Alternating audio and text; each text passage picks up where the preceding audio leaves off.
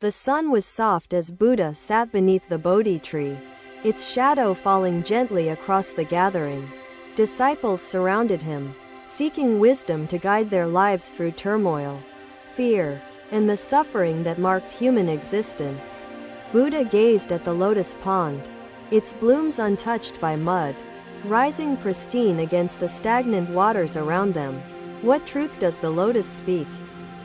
Buddha asked, his voice calm, inviting reflection from those gathered before him. Ananda stepped forward, speaking earnestly. Master, the lotus rises above filth.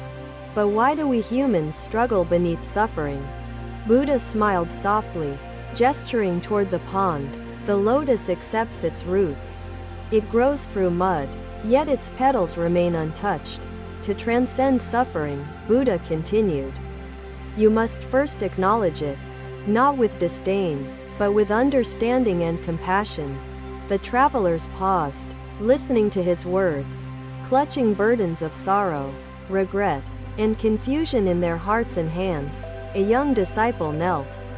Master, how do we accept suffering without sinking beneath its weight, like the waters of the pond?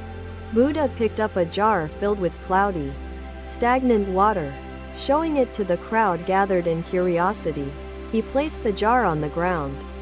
Still and undisturbed, patience teaches us clarity, just as water clears through stillness. Buddha pointed to the jar. Do not stir your mind endlessly. Let thoughts settle and clarity will emerge like the lotus. Another seeker approached him with an urgent expression. What do you mean, Master? How can stillness reveal answers where action seems necessary? Buddha took his gaze away from the jar, turning toward the seeker. Action without clarity feeds the chaos within. Stillness is not absence, Buddha explained. The glowing device burdens your spirit as the stone weighs your hand. To free yourself, release it.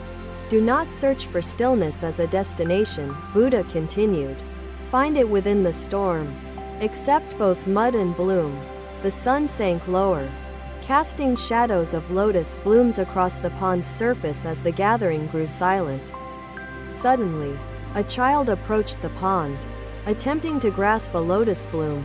Splashing water and scattering droplets widely, the ripples spread outward, touching each corner of the pond. Buddha watched the scene unfold with patient attention. The child reminds us, Buddha began, that even disturbance finds rest. Ripples fade. The pond returns to stillness naturally. A traveler asked, Master, what does this teach us about suffering? Are ripples not a sign of our imperfections? Buddha turned to the traveler, gesturing to the ripples. Imperfection is neither good nor bad. It is simply the movement within stillness. The lotus accepts imperfection, Buddha spoke gently. That acceptance allows it to thrive as both rooted in the mud and above it. His words echoed as the gathering reflected on their own lives and the suffering they bore. Ananda's eyes brightened. Master, is it possible to not only accept but to transform suffering into wisdom? Buddha replied, transformation begins with understanding. The mud feeds the lotus. Suffering teaches resilience, compassion, and the truth of impermanence. Another traveler stepped forward, offering Buddha a fragile flower that had wilted from the heat of the day. Buddha accepted the flower. Holding it lightly, even in death, it tells a story. Its petals remind us of life's beauty. Do not mourn what fades, Buddha said. Celebrate what blooms, and embrace what nourishes the growth even when unseen. The woman asked, Master, is this how we find peace in our hearts, even as suffering surrounds us? Buddha nodded, his voice steady and warm. Peace is not the absence of suffering. It is the presence of understanding and equanimity. It is the silence between each ripple, the space in which clarity emerges and wisdom grows within the heart. Awareness of your mind's tendencies, Buddha replied. Observe when it seeks the device. They no longer sought to escape suffering but learned to sit with it, letting their roots find strength within the mud. Buddha watching as they departed, turned back to the pond and gazed once more at the lotus blooms. He whispered softly, his voice barely audible, "May the world bloom with resilience." As the lotus rises above its murky origins, the night fell. But beneath the Bodhi tree, Buddha's teachings lingered like ripples in the hearts of his followers. Another day, another journey brought Buddha to a village where discord spread like ripples, dividing families and neighbors into factions. Villagers quarreled endlessly, their disputes over land and water tarnishing the shared harmony of their once thriving community. Buddha sat by a quiet pond, inviting those embroiled in conflict to gather around him. Their voices gradually quieting down, he held a smooth stone in his hand, turning it slowly as sunlight danced across its rounded surface. "What do you see?" Buddha asked, holding the stone aloft for everyone gathered to observe. A young man answered, "It is a stone, Master, lifeless and solid, carrying no meaning of its own." Buddha smiled faintly, tossing the stone gently into the pond's calm waters. Ripples spread outward in widening circles. The man nodded, understanding beginning to bloom. "I must guard my attention as I would guard a treasure." "Indeed," Buddha said, his voice calm yet resonant. "This is the nature of actions, intentions, and the ripples they create. Every word spoken, every deed performed, sends ripples into the world." Buddha continued. "Some ripples bring peace, others bring discord." A young woman approached timidly, asking, "Master, what if our actions have already caused harm? Can the ripples of chaos ever subside?" Buddha gestured toward the pond. "Watch how the ripples fade into stillness when nothing new disturbs the waters. The pond returns to calmness, but only when left undisturbed," Buddha explained. "So too can the heart find peace." The villagers exchanged glances, their disputes suddenly small in the face of the lesson unfolding before them. Ananda, seated nearby, asked, "Master, what if the disturbance is great, like a storm? Does the pond ever recover?" Buddha replied, "Even the fiercest storms pass. The waters might churn, but stillness always returns in time." A man stepped forward, his voice heavy with guilt. "Master, I fear my actions have created storms that cannot fade easily." Buddha turned to him, his gaze filled with compassion. "Storms pass when the winds of anger and resentment cease to blow. You have the power to calm the storm by changing your actions, casting stones of kindness instead of discord." Buddha watched as the man walked away, his steps deliberate, his face serene. The stream continued its gentle flow. Buddha watched, smiling gently.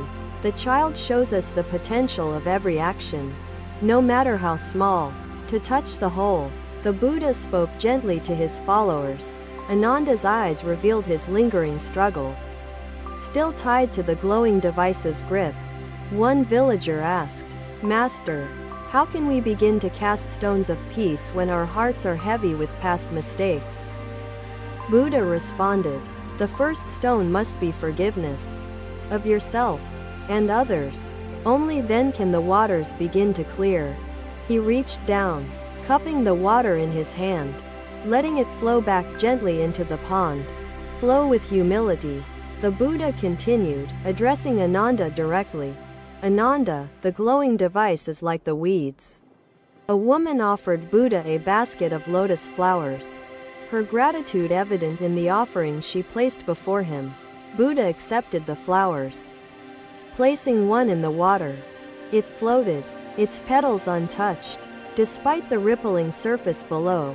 "The lotus reminds us," Buddha said, "that beauty can exist even among disturbances, rising above the turmoil undisturbed." He set the basket aside, allowing the villagers to see the single flower drifting effortlessly, a beacon of quiet resilience. The evening fell, and the pond grew still again, the last ripples vanishing as twilight painted the sky.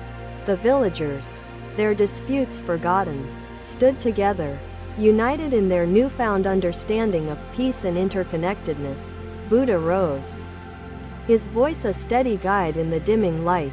Each ripple begins with a single act. Choose wisely.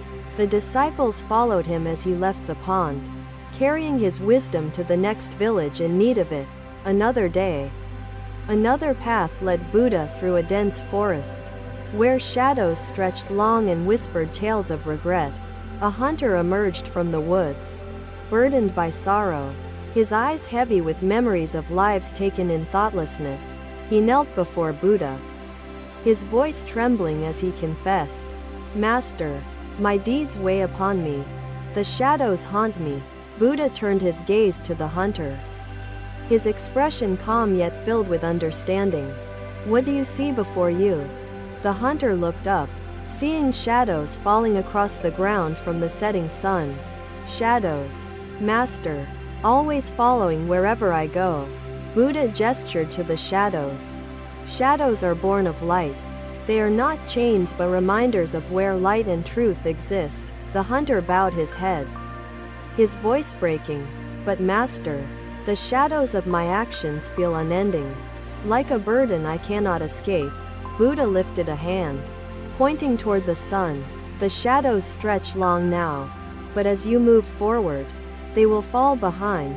Your past does not define your future," Buddha continued. "It teaches you, shapes you, and offers the potential for transformation." The hunter hesitated, his heart still clouded with guilt. "Master, how do I take the first step when regret anchors me so deeply?" Buddha smiled gently. "Take one step forward with intention. A single act of kindness begins to lighten the heaviest of burdens." He picked up a fallen leaf, holding it to the light. "Even a leaf bears marks of the tree that nourished it. Let your past guide you, not bind you," Buddha said. "Every tree begins anew with each season, shedding what is done." A disciple watching closely asked, "Master, how can one forgive oneself when the pain caused to others still echoes in the present?" Buddha turned to the disciple, his voice unwavering. "Forgiveness is not forgetting. It is understanding the pain and choosing to heal through compassion. The hunter must heal within," Buddha added, "before his actions can offer balm to those he has wronged in the world." The hunter knelt, tears streaming down his face. "Master, I wish to walk forward, but the shadows feel larger than my strength allows." Buddha gestured to a nearby stream, its waters reflecting the interplay of sunlight and shade. "See how the stream flows freely. Light and shadow both dance upon its surface," Buddha continued. "Yet the water moves forward, unhindered by either. So should your soul." The hunter gazed at the stream, its fluidity awakening hope within his heart. "Master, can even a heart burdened like mine find renewal?" Buddha nodded, his voice steady as the stream. "The forest renews itself after fire. Each life holds the seed of transformation within." As Buddha spoke, he stepped forward into the clearing, the shadows around him shifting with the movement of the sun. "Walk forward," Buddha said to the hunter. "With each step, the light before you grows stronger, and the shadows diminish." The hunter rose hesitantly, his burden feeling lighter as the wisdom of Buddha's words took root in his heart. A woodcutter nearby, overhearing the conversation, asked, "Master, does this mean we should ignore our shadows, pretending they are not there?" Buddha turned, his gaze kind. "No, the shadow remains as a teacher, but do not let it dictate your path. To acknowledge one's shadow is to honor one's humanity," Buddha said. "To walk forward despite it is to embrace one's divinity." The woodcutter nodded thoughtfully, understanding the balance between acknowledgement and the forward movement Buddha described so gently. Buddha picked up a twig, tossing it into the stream. "See how the twig floats. It does not resist the flow. The stream does not hold onto the twig, nor does it push it away," Buddha explained. "It simply carries it onward." The hunter watched the twig float, his mind unburdening with every gentle word and gesture from the Buddha. Release the weight of regret, Buddha said. Let it flow like the stream. With each step, you will find freedom. The forest grew still as if absorbing the wisdom Buddha shared with the hunter, the woodcutter, and all present. A child ran into the clearing, chasing fireflies that flickered like stars against the growing darkness of twilight. Buddha gestured toward the child, smiling warmly. See how the child chases the light, unafraid of the shadows surrounding her? The child does not question the darkness, Buddha said. She delights in the light before her, letting it guide her steps. The hunter watched the child, his heart opening to the simplicity of moving forward, chasing light instead of fearing shadows. As the sun set completely, Buddha turned toward the group, his silhouette illuminated by the pale light of the moon. The moon reminds us that even in darkness, light exists, Buddha said. Seek it, and you will find your way. The hunter bowed deeply, gratitude washing over him. Master, I will begin my steps, however small, toward the light you speak of. Observe your thoughts as clouds passing across the sky. Ananda's gaze lifted toward the Buddha, yearning for guidance. The hunter stepped into the shadows of the forest, his path ahead no longer heavy, but filled with the hope of renewal. Buddha watched him go, his expression serene, knowing that the seed of transformation had been planted in another soul. The disciples followed Buddha as he continued on his path, their hearts touched by the lesson of shadows and light. The forest echoed with the sounds of life, as if carrying Buddha's words to every corner where shadows and light intertwined. The Buddha's teachings flowed like the river, gentle yet persistent. Disciples, imagine a mirror obscured by dust, the Buddha said. Thank you for watching. Buddha's teachings are always with you. Subscribe to our channel and we will see you in the next video.